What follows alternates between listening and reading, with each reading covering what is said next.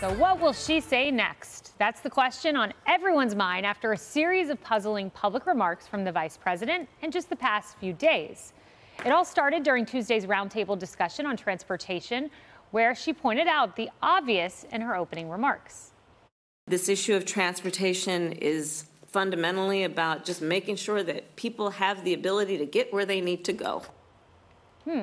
But wait, there's more. Just hours later, she dove deeper, honing in on a rather specific problem within our country's transportation system, tweeting, quote, "The majority of domestic flights do not have accessible restrooms." Wait, they don't?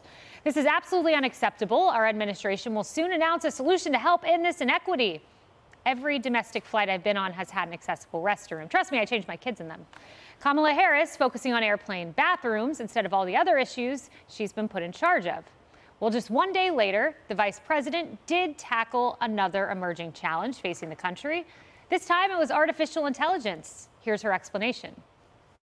I think the first part of this issue that should be articulated is AI is kind of a fancy thing. It's, first of all, it's 2 letters. It means artificial intelligence. You know, Harris, Ron Klain, former chief of staff, tweeted out, "The more people who see the vice president, the more people appreciate what a huge asset she is for the White House." Wow. Agreed? Yeah. I mean, who's he watching? I wonder. You know, maybe it's the show Veep. Maybe. Okay. So the New York Times has been tracking the latest national opinion polls of Kamala Harris. And on an average of several polls, as of July 5th, so just a week ago, 41% of registered voters had a favorable opinion. 53%, 41%, we like her, 53% no. I mean, she's off track, and I think we know this even from a president who has historically low approval ratings. So it doesn't really matter now what she says as much as it is what she does. And what is she doing to change the opinion of Americans? And if she ends up running in Biden's place, if for some reason he doesn't run, is there enough time for her to turn this ship around? And, you know, she's counting the letters of AI and telling the rest of us that there are only 2 letters. I'm worried for her. I am too. As a former colleague reminded me, VP only has 2 letters as well. Stands for vice president. It does. Thank you for clearing that up. In case you weren't It's aware. true. You know, Marie, we have those unfavorable numbers, and we also have, at the end of June, Axios headline, NBC News poll, Kamala Harris hits record low for VP net favorability. I mean, how can you say she's not a liability?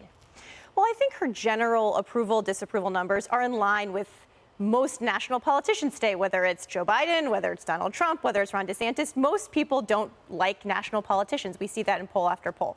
I think what is so interesting about the vice president is that it really depends on who you talk to.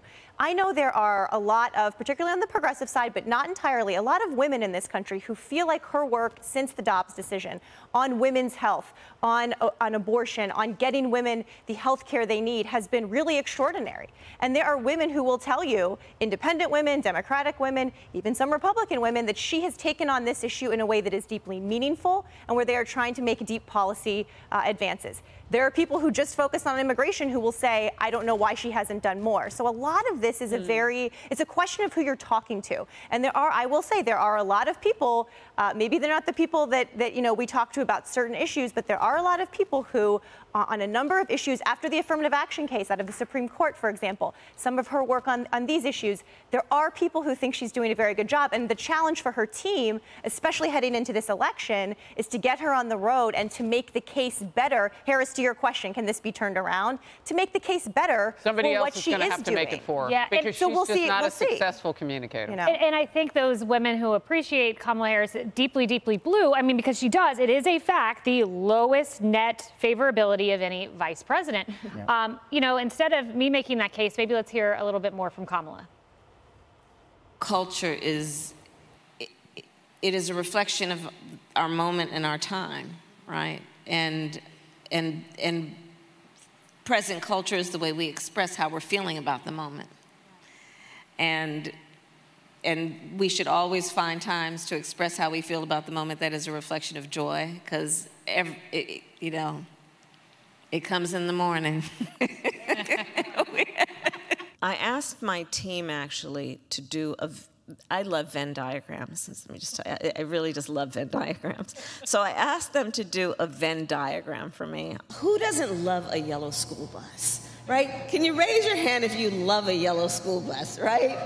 Just, there's something about and most of us, many of us went to school on the yellow school bus, right? And it's part of our experience growing up. Mark, as someone who has written speeches for President of the United States, your thoughts? I couldn't write that. I mean, good Lord. I mean, look, today is day 903 of the Biden presidency, and he is officially, according to the 538 tracker, the most unpopular president in the history of the United States, except for Jimmy Carter at this point in his presidency.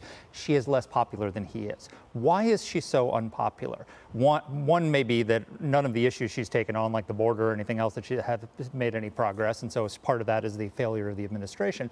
But the other thing is that she has this habit of talking about the most mundane things in this deeply profound voice. And when people hear that, people hear her say, transportation is about getting people for the place they want to go, and says it in such a profound way, they think one of two things. Either one, they think she's stupid, or they think she thinks I'm stupid. Yeah. People don't like to be talked to like a child. And so either they just lose confidence in her, or they think she's talking down to them, and that makes her profoundly unpopular. And the problem that poses for the Biden administration, because she's less popular than Biden, is Biden is going to be 86 at the end of a second term. According to the Social Security Administration's actuarial data, you have a 42% chance of making it to 85 as a male in America. So that means there's about a 60% chance that if he wins re-election, she's going to take over. So that's a big problem for the Democrats going to the next election. As Miranda Devine simply captioned, Emily, a heartbeat away. Yeah, and actually, Marie, I have a question for you. What I want to know is, when you said, women have appreciated, blue women have appreciated her work on abortion and women's health care and others, et cetera, and that part of her task would be, or part of the challenge would be for her to get out and articulate that. I'm just curious how you would articulate that. What exactly has she done? What specifically has she done in the areas that you mentioned? I'm curious. I'm not being cheeky. I'm genuinely curious because I don't know, and I would love to know because I don't. So I think there's two things. There's optics and there's substance, as we talked about earlier. So optically, she has taken this mantle across the country saying, in states where abortion rights and women's health care are being limited, I'm going to help states fight for this legally or politically on ballot issues. We see this in Ohio. There's a ballot issue. We see it in states across the country. She has also led an effort inside the administration to ensure that other parts of women's health care are protected, whether it's over-the-counter birth control. There's a whole host of things that contribute to women's health when it comes to fertility, whether they have kids, how they take care of those children once they're born, whether it's early childhood education. Those issues they don't get as many headlines. Just today, I think the FDA approved the over-the-counter birth control pill. To yesterday or today. Those are things that are quietly done, but that people like that Kamala Harris is leading on and saying to women. So why don't they put out a press release? Why isn't her team making? Is it a secret? But they will. But so there are things across this country that women feel that we have heard. I have heard from talking to people I know the White House has heard that don't get the headlines, but since Dobbs, when we feel like women's health care is under attack every single day, having the vice president in your corner, fighting for these policies across the country, and optically saying, we care about this and we're going to keep helping you, I think that really has mattered. Wouldn't things be different talking if about Marie abortion. Was That's what I took from that. So basically, they would be different. Understanding the optics. Basically, no tangible deliverables. She's out there talking about abortion. So take from that what you will. Yeah. That's not what I said, but that was good. She's talking about abortion. Okay, well done, VP. 2 letters. Hey everyone, I'm Emily Campagno. Catch me and my co-hosts Harris Faulkner and Kaylee McEnany on Outnumbered every weekday at 12 p.m. Eastern, or set your DVR. Also, don't forget to subscribe to the Fox News YouTube page for daily highlights.